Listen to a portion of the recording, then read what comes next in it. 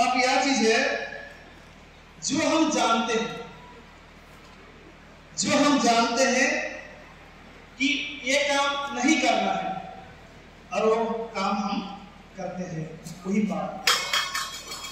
क्या जानते हैं, क्या उचित है क्या अनुचित है, क्या सही है क्या गलत है, ये सब जानते हैं और हम उन्हीं कार्यों को करते हैं जिन्हें हमें मना किया गया है। वो क्या है? पाप है। Hallelujah, hallelujah. लेकिन जानते हुए भी जब हम पाप करते हैं, किसी काम को करते हैं जिसे मना किया गया है, तो महापाप होता है, बड़ा पाप होता है। मान लीजिए हमें झूठ बोलना नहीं चाहिए, हम जानते हैं कि झूठ बोलना गलत बात है, हम जानते हैं, लेकिन हम झूठ बोलते हैं। ईर्ष्या करना नहीं है, ये तो क्रोध करना नहीं है, लेकिन हम क्रोध करते हैं, तो ये पाप है। हम जानते हुए भी वो काम को जब हम करते हैं तो पाप करते हैं। एफेसियों के पत्र अध्याय 5 उसका वचन 8 में लिखा है। बाइबल पकड़े हैं ना? थोड़ा बहुत खोलेंगे तो अच्छा रहेगा। एफेसियों के पत्र अध्याय 5 उसका वचन 8 खोलिए, खोलिए। नए विधान है, सब पौलुस लिखे हैं। एफेसियों के पत्र अध्याय 5 उसका वचन 8। मजा आ रहा है कि यार? आ रहा है। जब हमारे टीम जब जाती है प्रार्थना सभा संचालन करने के लिए, हमेशा हम यही कहते हैं कि हम प्रभु में आनंद मनाने के लिए आए, त्योहार मनाते हैं। ये 3 दिन का जो प्रार्थना सभा करते हैं, हम त्योहार मनाते हैं, प्रभु के साथ आनंद मनाते हैं। कैसे आनंद मनाते हैं? हम प्रभु के वचन लेते हैं, मनन चिंतन करते हैं, गाते बजाते हैं, स्तुति आराधना करते हैं। और त्योहार मनाने के लिए हम क्या करते हैं? क्या करते हैं? गाते बजाते और नाचते हैं। गाते बजाते हैं, नहीं खाते हैं। तो हम यहाँ पर वचन को ग्रहण करते हैं, खाते हैं वचन, गाते हैं, बजाते हैं और इसका भी महिमा करते हैं। तो ये हमारे लिए त्योहार है। ये नहीं कि उपवास प्रार्थना मतलब मौन रहना है, इससे नहीं है। मौन रहने का समय मतलब जरूरत से ज्यादा आप जब बात करते हैं वो गलत बात है। समझ में आ रहा है? अच्छा पढ़िए क्या लिखा है। एफेसियों के पत्र अध्याय 5 उसका वचन 8। आप लोग पहले अंधकार थे, अब प्रभु के शिष्य होने के नाते ज्योति बन गए हैं, इसलिए ज्योति के संतान की तरह आचरण करें। Hallelujah, hallelujah. यहाँ पर वचन क्या बताती है कि आप पहले अंधकार में थे। अंधकार क्या का प्रतीक? पाप। पाप कहां से उत्पन्न हुआ? कौन पाप करने के लिए प्रेरित करता है? शैतान। अंधकार में रहने का मतलब यह है कि जब हमने प्रभु को नहीं जाना था, ये तो हमें मालूम नहीं था कि प्रभु कौन है। उस समय हमारे पूर्वज क्या करते थे? हमारे दादा दादी नाना नानी क्या करते थे? मूर्ति पूजा करते थे, पेड़ पौधों की पूजा करते थे, जिससे सदुल मनाए ना मना ही नहीं मनाए। वो किसको पूजा करते हैं? प्रकृति की, पेड़ की करते हैं कि नहीं? जब हम आश्रम में थे तो मिशन के आए हुए थे 2-3 भाई लोग, तो मैंने पूछा कि आप सदुल नहीं मनाते हैं? तो उन्होंने कहा कि पुरानी विधान खत्म हो गया है, हम नए विधान में प्रवेश कर चुके हैं, तो इसलिए हमें सदुल मनाना नहीं है। समझ रहे हैं कि नहीं समझ रहे? मेरे कहने का मतलब यह है, पहले अंधकार में थे, अर्थात हम पहले यीशु को नहीं जानते थे। हम नहीं जानते थे कि हरिया पीना गलत बात है, चोरी करना गलत बात है, रात भर मांस काम करना गलत बात है, ये सब हम नहीं जानते थे। लेकिन जब हमने मसीह में आए, यीशु को अपनाया, यीशु ने हमें शिक्षा दी है कि हरिया पीना गलत बात है, चुगली करना बुरी बात है। जानते हुए भी जब हम वो काम को करते हैं तो हम अंधकार में हैं। पहले जब हम मसीह को नहीं जानते थे तो हमारे पूर्वज वैसे ही किया करते थे, पेड़ पौधों की पूजा करते थे, नशा काम करते थे। लेकिन आप हम मसीह को जानते हैं, यीशु को धारण किया है, और हम क्या करते हैं? पेट पूजा करते हैं। यीशु में नहीं आए थे तो तंत्र मंत्र जादू टोना के पीछे जाते थे, झाड़ के पास जाते थे। जब बीमार पड़ जाते थे तो हम वाइट के पास जाते थे। लेकिन यीशु को जानने के बाद, और हम यीशु में विश्वास करते हैं, यीशु को हम क्या मानते हैं कि डॉक्टरों का डॉक्टर है, वैद्यों का वैद्य है।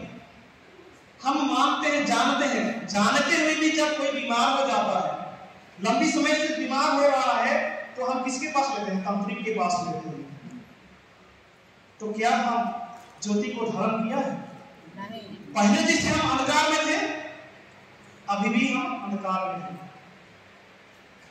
और जैसे शुरुआत में मैंने कहा कि जो काम हमें करने के लिए मना किया गया है, वही काम हम कर रहे हैं, वो पाप है। मेरे कहने का मतलब यह है कि जो काम हम जानते हैं कि ये काम नहीं करना है, हमें पेड़ पौधों की पूजा नहीं करना है, तंत्र मंत्र जादू टोना के पीछे नहीं जाना है, या तो चोरी नहीं करना है, हम जान रहे हैं, लेकिन जानते हुए ये काम हम कर रहे हैं, तो हम महापाप कर रहे हैं, और ये पाप है। Hallelujah, hallelujah. यहाँ पर हमने वचन में सुना कि आप ज्योति की संतान बन गए हैं, इसलिए आपको ज्योति की संतान की तरह आचरण करना है। कैसे करना है? ज्योति की संतान की तरह हमें आचरण करना है। हम पढ़ते हैं यूहन्ना के पहले पत्र अध्याय 3 उसके वचन 9 में लिखा है। यूहन्ना के पहले पत्र अध्याय 3 उसके वचन 9 में लिखा है। क्या लिखा है? पढ़िए। जो ईश्वर की संतान है वह पाप नहीं करता, क्योंकि ईश्वर का जीवन तत्व उसमें क्रियाशील है। हालेलुया। तो वचन बताती है कि हम ईश्वर के संतान हैं, क्योंकि ईश्वर का जीवन तत्व हममें क्रियाशील है। जब परमेश्वर हमें अपना प्रतिरूप बनाया, उसका हमने क्या डाला? प्राण वायु दिया, अपना जीवन तत्व दिया। अच्छा, उससे पहले हम समझेंगे रूप, इमेज। रूप क्या है? रूप क्या है? एक आकार, ठीक है, एक आकार, एक ढांचा। मनुष्य को एक रूप दिया, उसमें क्या दिया? प्राण वायु, अपना स्वभाव दिया। उसे किससे बनाया? अपना प्रतिरूप बनाया। रूप एक शेप बनाया, उसके बाद अपना प्राणवायु दिया। लेकिन इस जो अपने स्वरूप को बनाया है, परमेश्वर अपना स्वरूप को बनाया है और हमें फ्रीडम दिया है, स्वतंत्रता दी है। उस स्वतंत्रता को हम गलत इस्तेमाल करते हैं, और इस रूप को हम क्या करते हैं? कुरूप में बदल देते हैं। मतलब इस रूप को हम बिगाड़ देते हैं। जैसे आप जाएंगे आईना में जब अपना चेहरा देखते हैं तो कैसे दिखता है? कैसे दिखता है? जब आप अपना चेहरा में अपना देखते हैं आईना में तो कैसे दिखता है? आप जैसे हैं वैसे ही दिखता है। दिखता है कि दिखता है?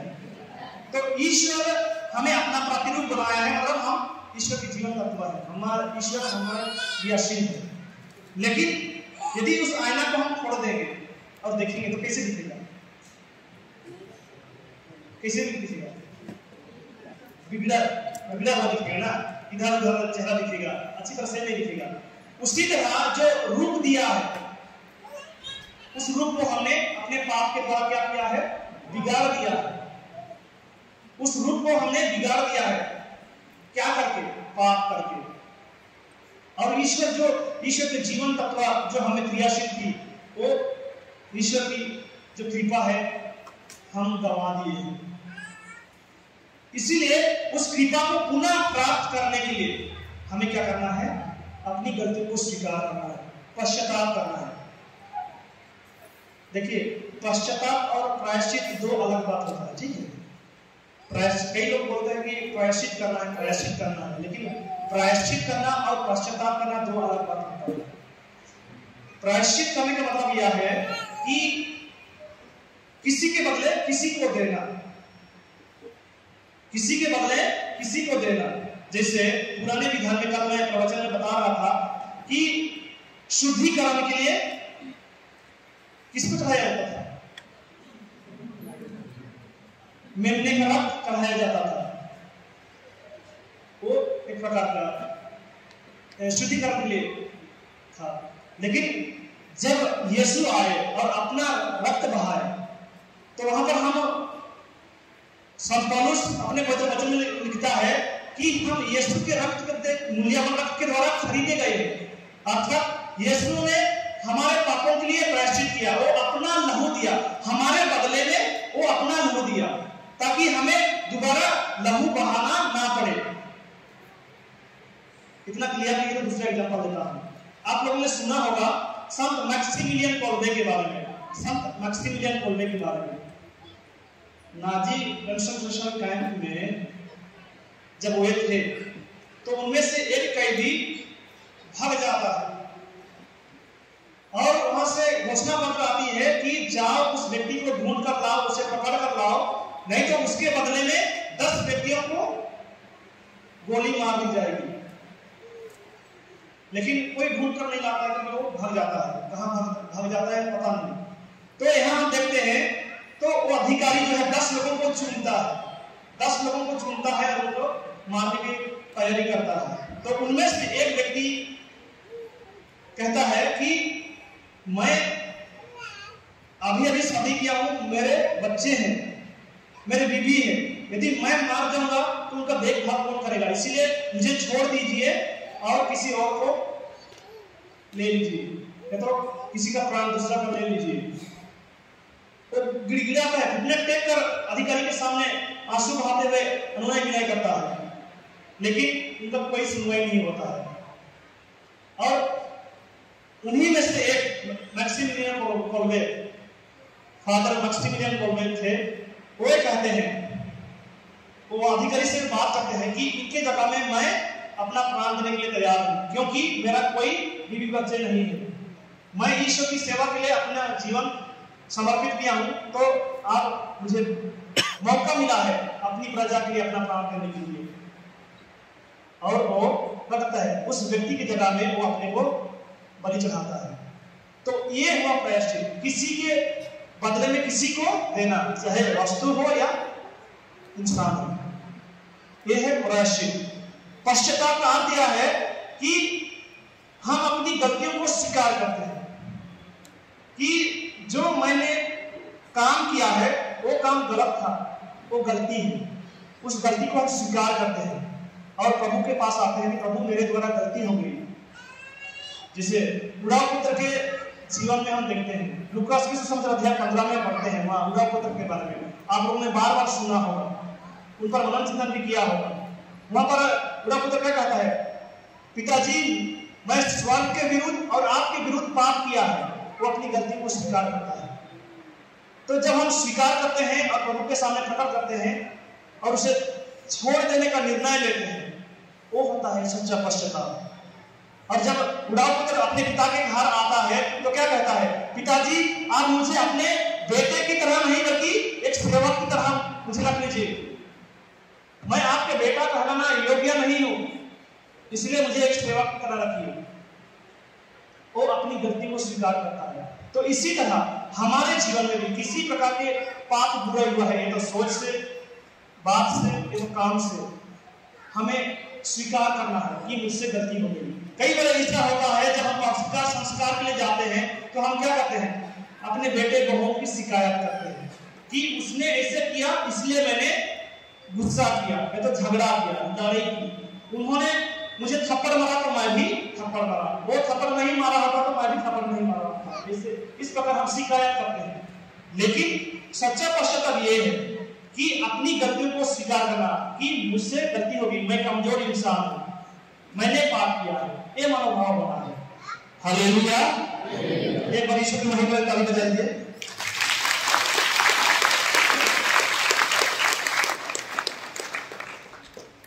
देखिए, कई बार ऐसा होता है हमें पाप का बोध नहीं होता है। पाप का बोध नहीं होता है, 5 साल 10 साल 12 साल 20 साल भी हो जाता है, लेकिन उन्हें पाप का एहसास नहीं होता है कि मैंने गलती की है। पाप का एहसास ही नहीं होता है, उनको ये लगता है कि मैंने पाप भी नहीं किया है। हम वचन पढ़ते हैं यूहन्ना के पहले पत्र अध्याय 1 उसके जन 8 में हम पढ़ते हैं, वहां पर वचन कहता है कि यदि कोई यह कहता है कि मैं निष्पाप हूं, यदि कोई कहता है कि मैं निष्पाप हूं तो वो झूठा है, उनमें कोई सच्चाई नहीं है। तो इसीलिए हर एक मनुष्य जो है पापी है, दुर्बल है, कमजोर है। यदि आप पढ़ेंगे सुक्ति ग्रंथ अध्याय 24 उसके वचन 16, सुक्ति ग्रंथ अध्याय 24 उसके वचन 16 में हम पढ़ते हैं, वचन बताती है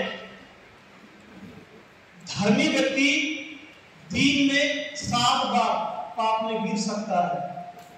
वचन बताती है कि एक धार्मिक व्यक्ति जो प्रभु के साथ रहता है, हमेशा निरंतर उसकी आराधना स्तुति करता है, यदि वो व्यक्ति 7 बार पाप में गिर सकता है तो क्या हम पाप में नहीं गिरेंगे? लेकिन कई लोगों का यह मानना है कि 5 साल 10 साल 12 साल 20 साल हो जा रहा है, लेकिन उनको पाप का बोध ही नहीं होता है कि उन्हें एक काम मैंने किया है, तो एक गलती मैंने की है, ये उनको अनुभव ही नहीं होता है। Hallelujah, hallelujah, hallelujah. देखिए पाप करने का नियम क्या है, हम कैसे पाप करते हैं तो नियम क्या कहता है? एक नियम है law of agreement. Law of agreement क्या करते हैं? सहमति अपना जताना, अपना सहमति देना। हम सच्चाई के लिए खड़ा होना नहीं चाहते हैं। यदि कोई व्यक्ति गलत काम कर रहा है तो हम उसके साथ हो जाते हैं, ये तो हम उसे कुछ भी नहीं बोलते। आप जानते हैं कि वो गलत काम है,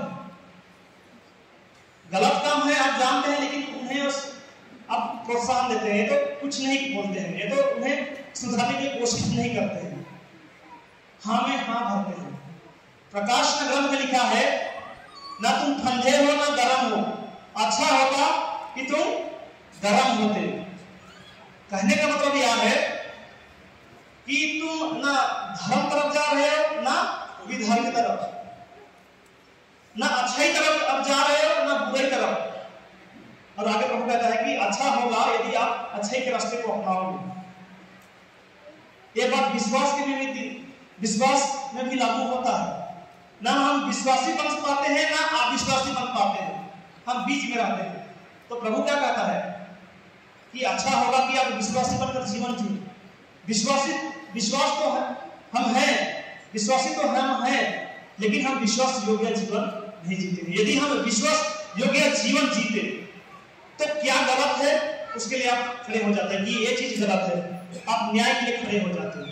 आज हमारे इर्द गिर्द में, हमारे गांव घर में क्या हो रहा है हम सब जानते हैं। एक पड़ोसी के साथ लड़ाई झगड़ा कर रहा है, लेकिन दूसरा पड़ोसी देखकर उनकी झगड़ा को आनंद ले रहा है। हम सलाह सुझाव करने के लिए तैयार नहीं होते। Hallelujah, hallelujah. देखिए जो मैंने कहा law of attraction agreement, law of agreement जो पाप का नियम है, हम अपना सहमति देते हैं। जैसे उदाहरण के लिए देख लीजिए आदम हवा के बारे में। शैतान हमेशा हमारे मन को अटैक करता है, आक्रमण करता है। हम शैतान अपने में कुछ नहीं करता है, शैतान का अस्तित्व नहीं है, शैतान का अस्तित्व नहीं है, उसका शरीर नहीं है। वो इसीलिए वो क्या करता है, प्रेरित करता है, लोगों का इस्तेमाल करता है। जैसे वो अपना मन में क्या करता है, विचार डालता है। जैसे हेवा के अंदर क्या करता है, विचार डालता है। क्या कहता है, वो फल देखने में कैसा है, सुंदर है, एक विचार डाला, देखने में सुंदर है, और तोड़कर जब खाई तो क्या हुआ, खाने में स्वादिष्ट है। वो मन में विचार डाला, क्या कहा कि यदि आप इस फल को खाओगे तो आपकी आंखें खुल जाएगी, आप ईश्वर के समान बन जाएंगे। आंखें खुलने का मतलब क्या है, आपको अच्छा उतने दिनों तक यदि हम पढ़ेंगे, उतने दिनों तक आदम हवा को यह पता नहीं था कि वे नंगे हैं। इतने दिनों तक उन्हें पता नहीं था कि वे नंगे हैं, लेकिन जैसे उन्होंने फल खाया तो उन्हें पता चला कि वे नंगे हैं।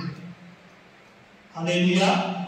तो शैतान क्या करता है, हमारे अंदर एक विचार करता है, प्रेरित करता है पाप करने के लिए। वो अपने अधिकार को अपने अधिकार को इस्तेमाल करता है। यदि आप देखेंगे आदम वाटिका में परमेश्वर जब मनुष्य को बनाया तो परमेश्वर ने कहा कि फलो फूलो और इस पृथ्वी पर फैल जाओ। पूरा प्रकृति को क्या अपना अधिकार दे दिया, पूरा संसार को अपने अधिकार में दे दिया। लेकिन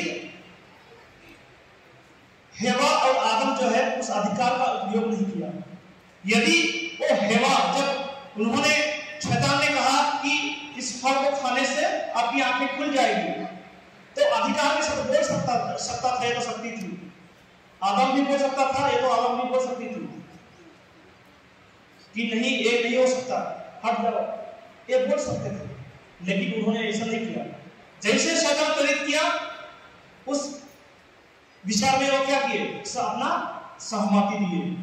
हालेलुया, हालेलुया।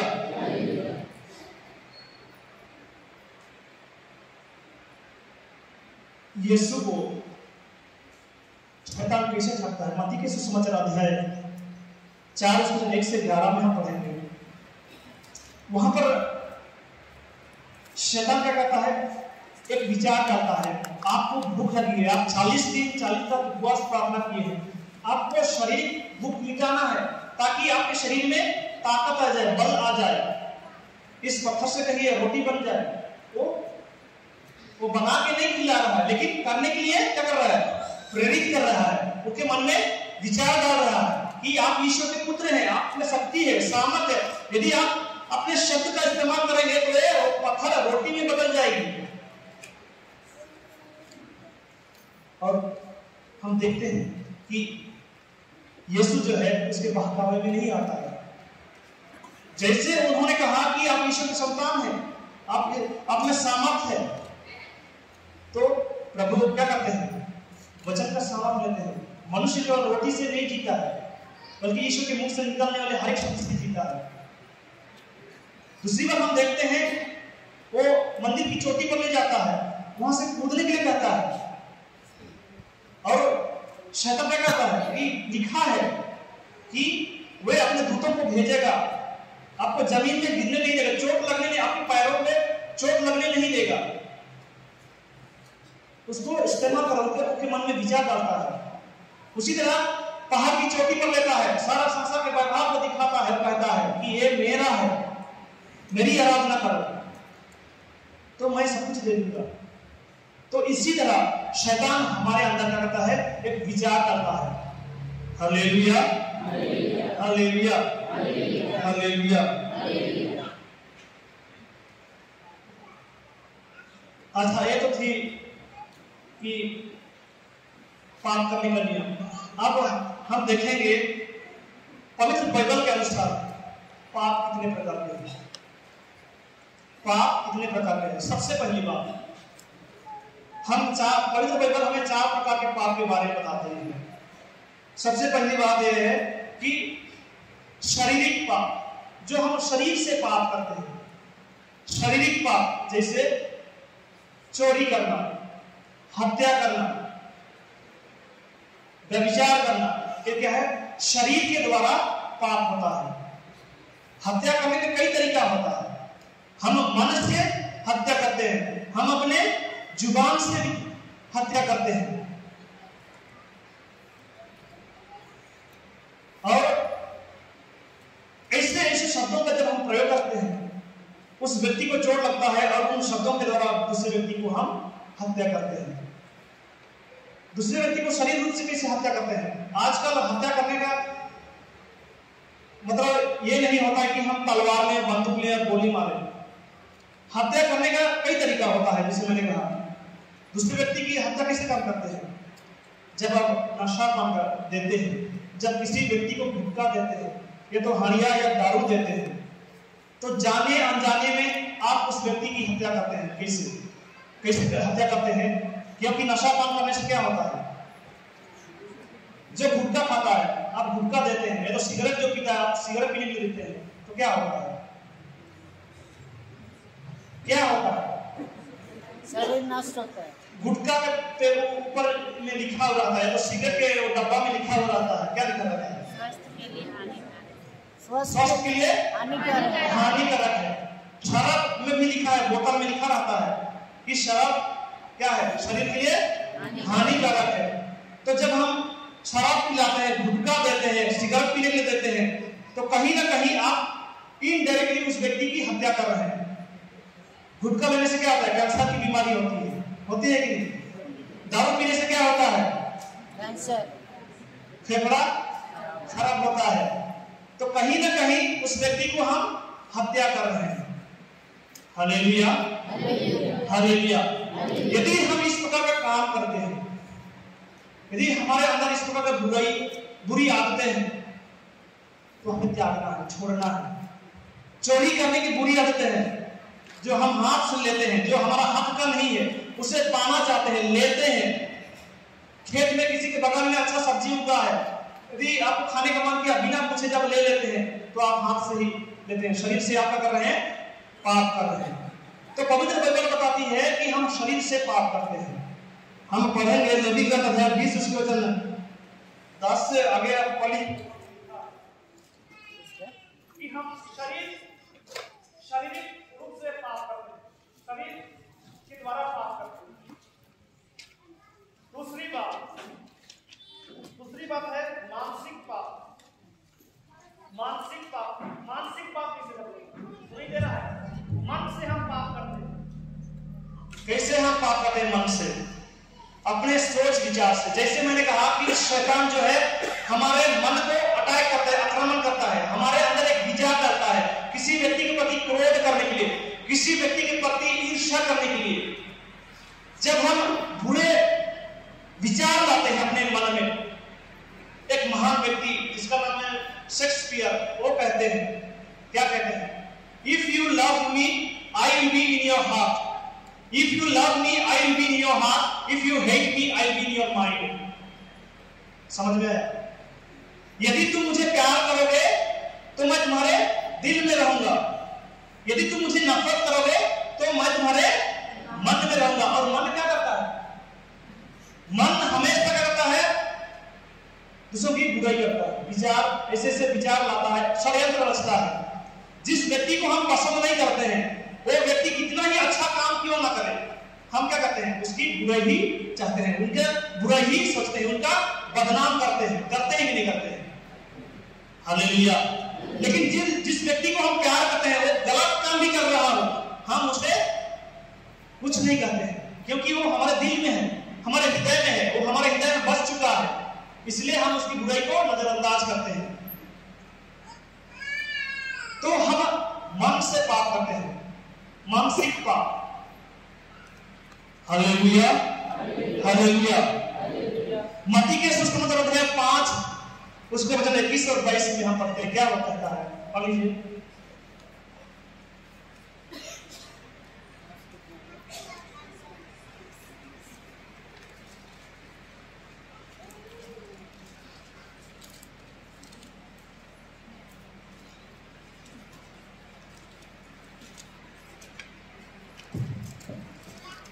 तुम लोगों ने सुना है कि पूर्वजों से कहा गया है, हत्या मत करो।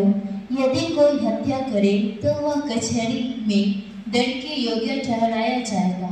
परंतु मैं तुमसे यह कहता हूँ, जो अपने भाई पर क्रोध करता है वह कचहरी में दंड के योग्य ठहराया जाएगा। Hallelujah, hallelujah, hallelujah, hallelujah. तो यहाँ पर वचन बताती है कि जो क्रोध करता है, जो ईर्ष्या करता है, जो क्रोध करता है, ईर्ष्या करता है, घृणा करता है, तो वो मन से पाप करता है, मानसिक पाप। प्रभु ने क्या कहा? जब तुम किसी स्त्री या पुरुष को बुरे नजर से देखोगे तो क्या मन से आप विचार करते हो? तो मन से हम पाप करते हैं। तीसरी पाप हम कैसे करते हैं? भावनात्मक पाप, इमोशनल सिन। कैसे हम भावनात्मक में हम पाप करते हैं?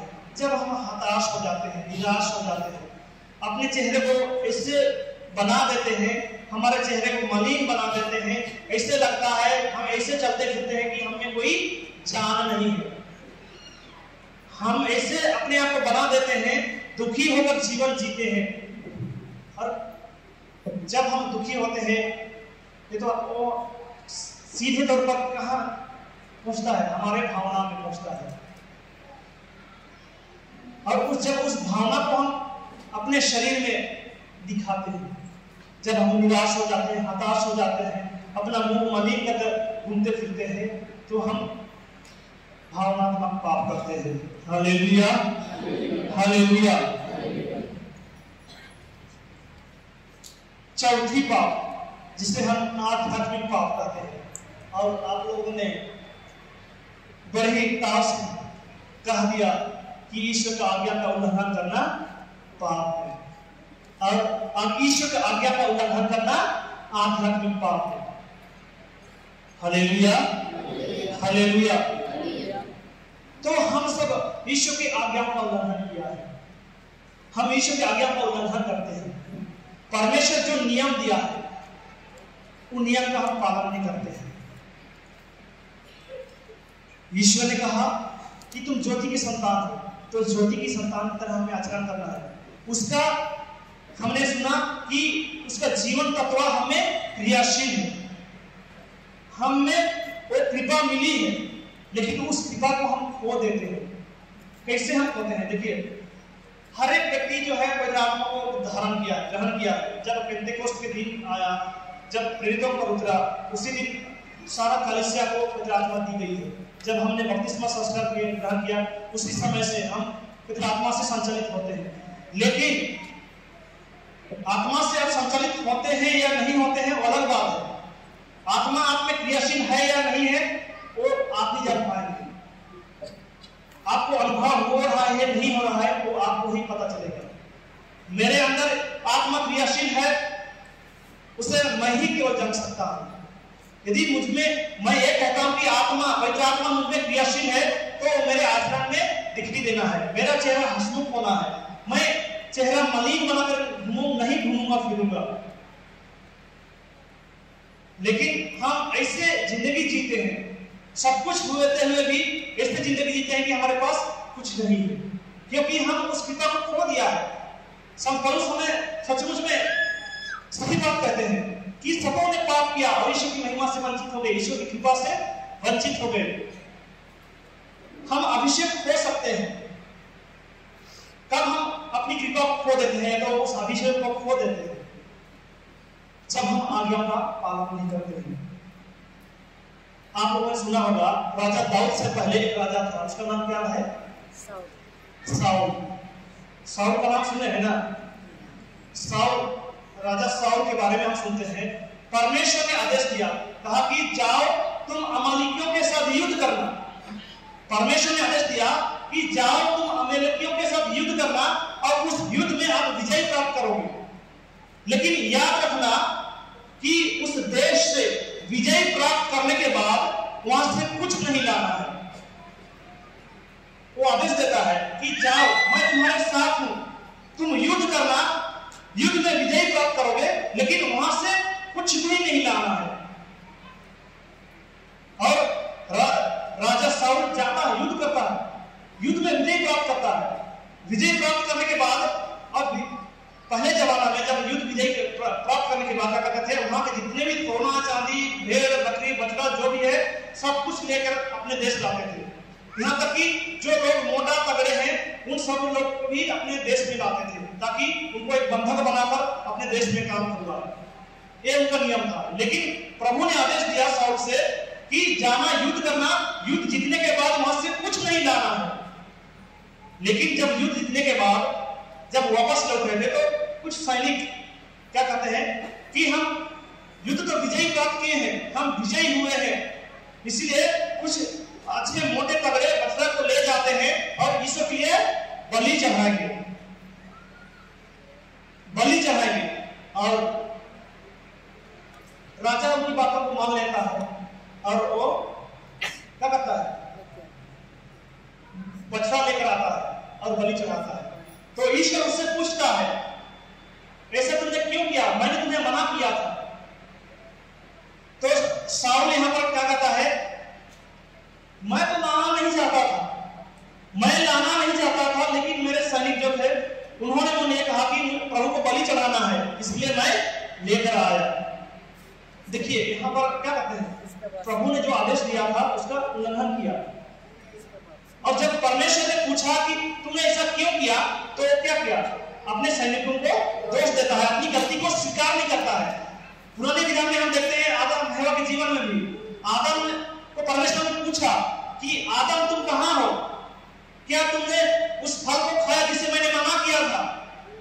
तो आदम क्या कहता है, वो गलती को स्वीकार नहीं करता है। प्रभु मुझसे गलती हो गई, जो फल खाने के लिए मना किया था मैंने खा लिया, वो स्वीकार नहीं करता है, बल्कि क्या कहता है, जिस नारी को तूने मेरे साथ रहने के लिए दिया है उसने मुझे खाने के लिए दिया, ये मेरी गलती थोड़ी ना है, तूने इस नारी को बनाया और मुझे दिया है। वो अपनी गलती को स्वीकार नहीं करता है। उसी तरह हम कैन हाबिल के बारे में देखते हैं, कैन हाबिल के बारे में देखते हैं। जब कैन अपने भाई की हत्या करता है तो परमेश्वर से पूछता है कि तुम्हारा भाई कहां है? तो क्या कहता है, क्या मैं अपने भाई का चरवाहा हूं जो उसके हमेशा उसके पीछे पीछे रहूं? वो अपनी गलती को स्वीकार नहीं करता है। उसी तरह हम भी, आप और मैं क्या करते हैं, अपनी गलती को स्वीकार नहीं करते हैं। हम दूसरों को दोष लगाते हैं कि उनके कारण से मैंने ऐसा काम किया। और शैतान, कल मैंने बताया किस तरह शैतान बाधा उत्पन्न करता है, लोगों को इस्तेमाल करता है, अपने तो स्वयं कुछ कर नहीं सकता है, इसलिए क्या करता है, लोगों का इस्तेमाल करता है। जैसे कल मैंने कहा कि यीशु को क्रूस तक पहुंचने में किसको इस्तेमाल किया? पेतरुस को। जब बचपन में वो छोटे थे उस समय किसको इस्तेमाल किया? शैतान, राजा हेरोद को। राजा हेरोद के द्वारा सभी बच्चों को मार दिलवाया। उसी तरह पेतरुस को इस्तेमाल करता है कि प्रभु ऐसा नहीं होगा, उन्हें क्रूस पर मरने नहीं दूंगा। शैतान लोगों को इस्तेमाल करता है। यदि हमारे द्वारा भी हम इसे काम हो जाता है तो हम क्या करते हैं, दूसरों को दोष लगाते हैं, हम अपनी गलती को स्वीकार नहीं करते हैं। जब हम अपनी गलती को स्वीकार नहीं करते हैं और ईश्वर ने जो आज्ञा दी है उन आज्ञा का जब हम पालन नहीं करते, उल्लंघन करते हैं, तो हम ईश्वर के विरुद्ध में पाप करते हैं। हम आध्यात्मिक पाप करते हैं। ताली बजा दीजिए एक बार। Hallelujah, hallelujah. कुछ समझ में आ रहा है कि नहीं आ रहा है? क्लियर है ना? कुछ गलत बोल दूंगा तो आप मुझे बाद में बोलना, ठीक है, ताकि मैं अपनी गलती को सुधारूं। मैं भी इंसान हूं, इसलिए मेरे द्वारा भी गलती हो जाती है। क्योंकि हम पढ़ते हैं ना, यदि धर्मी व्यक्ति दिन में 7 बार पाप कर सकता है, पाप में गिर सकता है, तो मैं तो कौन हूं? मैं भी इंसान कमजोर हूं, दुर्बल हूं, मैं भी पाप में गिर सकता हूं, मेरे जुबान फिसल सकती है। Hallelujah, hallelujah. अच्छा, हम पाप क्यों करते हैं? क्यों करते हैं पाप? अपनी इच्छा को पूरी करने के लिए। तीमुथियों के पत्र, तीमुथियों के पहले पत्र अध्याय 6 उसके 10 में लिखा है। क्या लिखा है, पढ़िए। क्योंकि धन का लालच सभी बुराइयों की जड़ है। इसे लालच में पड़कर कई लोग विश्वास के मार्ग से भटक गए और उन्होंने बहुत सी यंत्रणाएं झेली। हालेलुया। देखिए यहाँ पर वचन बताती है कि लालच क्या है? बुराई का जड़ है। लालच अपने स्वार्थ को पूरा करने के लिए। यूहन्ना के सुसमाचार, यूहन्ना के पहले पत्र अध्याय 2 उसका वचन 15-16 में पढ़िए तो क्या लिखा है?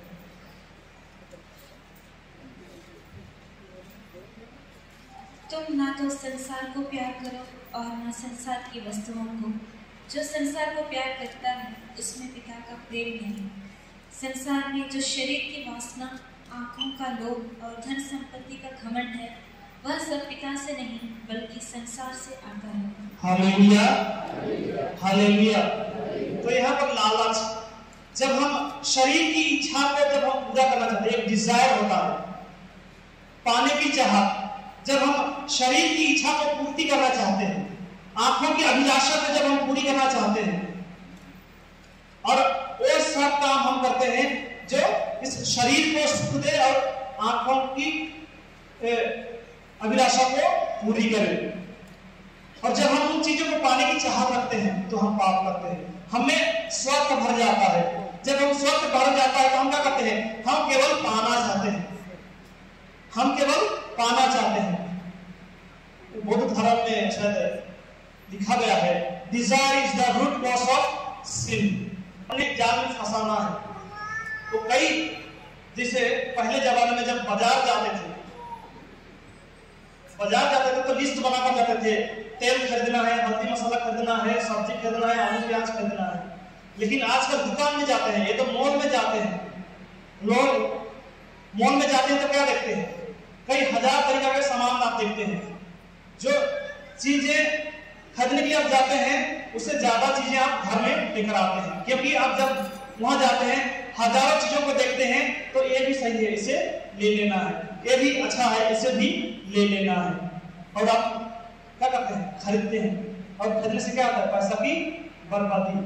जब पैसा की बर्बादी हो रहा है तो जो पति है तो पत्नी है वो तो ऑटोमेटिकली क्या करेगा, दोनों के बीच में फूट बने पड़ेगी और दोनों लड़ाई झगड़ा करेंगे। तो इस तरह शैतान किस तरह मनुष्यों के अंदर एक विचार डालता है, पाने की चाहत रखता है।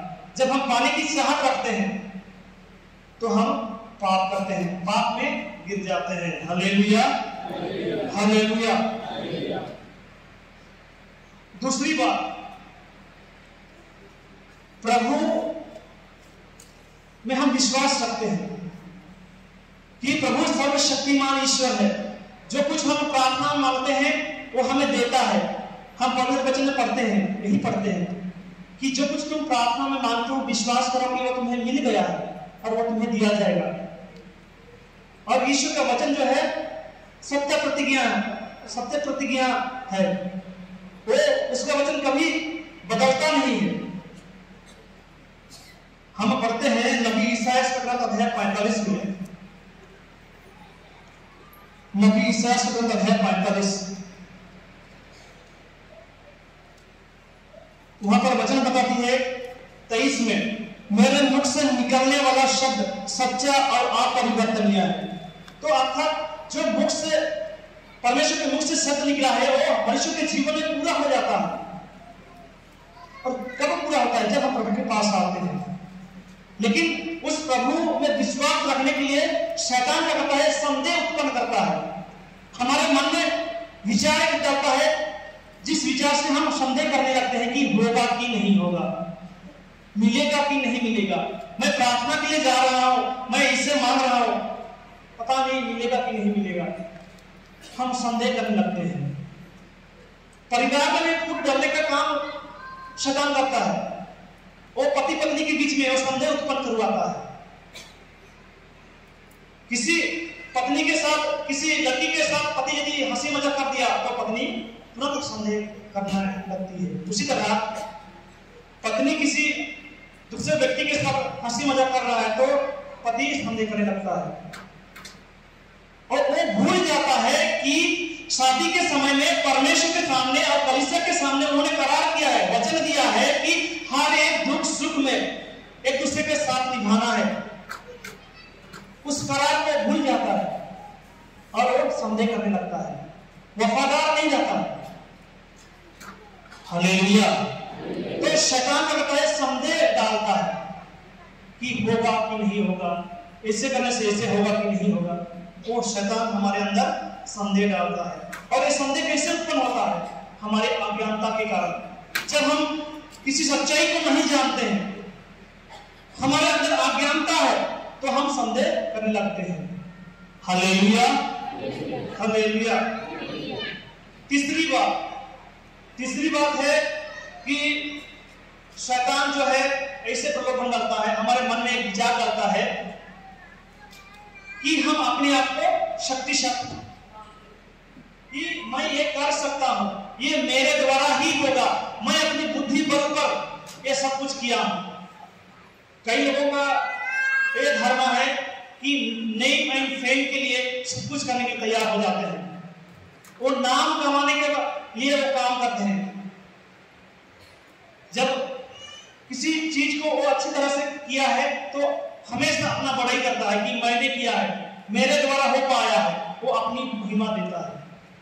लेकिन ये भूल जाता है कि उसे करने के लिए कहां से शक्ति आई, कहां से उन्हें क्षमता मिली, वो भूल जाता है। कभी कभी ऐसा होता है कि हमारे पास धन संपत्ति है, उन धन संपत्तियों हम घमंड कर लेते हैं, अहंकार करते हैं कि मेरे द्वारा हो पाया है, मेरी मेहनत के द्वारा मुझे एक नौकरी मिली है। हम ये मनोभाव रखते हैं। Hallelujah, hallelujah. और घमंड हम क्यों करते हैं? सबसे पहली बात यह है कि घमंड हमारे स्वार्थ के कारण होता है। दूसरी बात, हम अपने आप पर भरोसा रखते हैं, हम अपने आप पर भरोसा रखते हैं। तीसरी बात है कि हम तुलना करने लगते हैं, दूसरों से तुलना करने लगते हैं। चौथी बात यह है कि हम अपने आप को क्या करते हैं, ऊंचा दिखना चाहते हैं, अपना नाम कमाना चाहते हैं।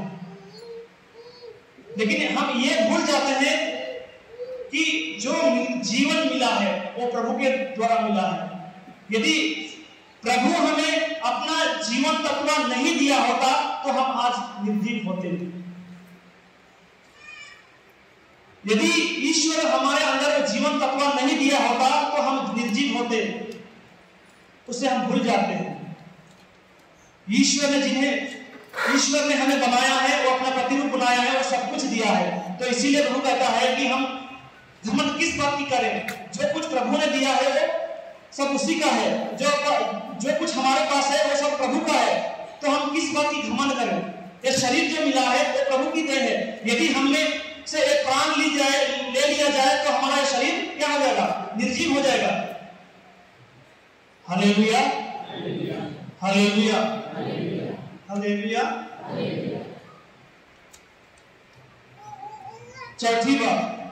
चौथी बात यह है कि अपने स्वार्थ के कारण, अपनी स्वार्थ को पूरा करने के लिए हम अन्याय करते हैं, अत्याचार करते हैं। और अन्याय अत्याचार किनको हम करते हैं? शैतान देखिए किस तरह हमारे अंदर अन्याय अत्याचार करने में प्रेरित करता है। जो व्यक्ति बलवान है, ताकतवर है, या तो जो धनवान है, उसके ऊपर हम कोई अभियोग नहीं लगाते हैं, या तो उस व्यक्ति के साथ हम लड़ाई नहीं करते हैं। लेकिन लड़ाई कौन व्यक्ति के ऊपर करते हैं? जो व्यक्ति कमजोर है, जो शरीर से दुर्बल है, जिनके पास धन संपत्ति नहीं है, वो मुकदमा लड़ नहीं सकता है। आजकल जमीन संबंधी समस्या बहुत बढ़ रही है, और जो जिनके पास धन संपत्ति है वो गरीबों को लूट रहे हैं, क्योंकि वो मुकदमा लड़ नहीं सकता है। यदि केस किया जाए तो वो केस लड़ नहीं सकता है, उसके पास पैसा नहीं है, धन नहीं है, उनके सोर्स नहीं है, कोई उसके साथ देने वाला नहीं है, और कमजोर व्यक्ति को कोई साथ नहीं देता है। जो धनवान है, जो मजबूत है, बलवान है, उन्हीं व्यक्ति को क्या किया जाता है? सपोर्ट किया जाता है, उन्हीं का पक्ष लिया जाता है। और शैतान उन व्यक्तियों के द्वारा क्या करता है? अन्याय दिलवाता है। और जो अन्याय के रास्ते में चल रहे हैं वो पाप कर रहे हैं, वो जान रहे हैं।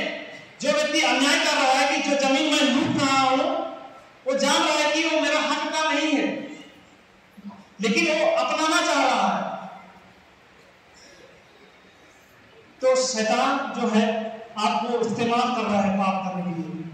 यदि आप इस प्रकार का काम करते हैं तो आप महापाप कर रहे हैं, क्योंकि आप जान रहे हैं, जानते हुए भी जो काम आप कर रहे हैं तो वो पाप है। हालेलुया। एक बार जोर से ताली बजा दीजिए।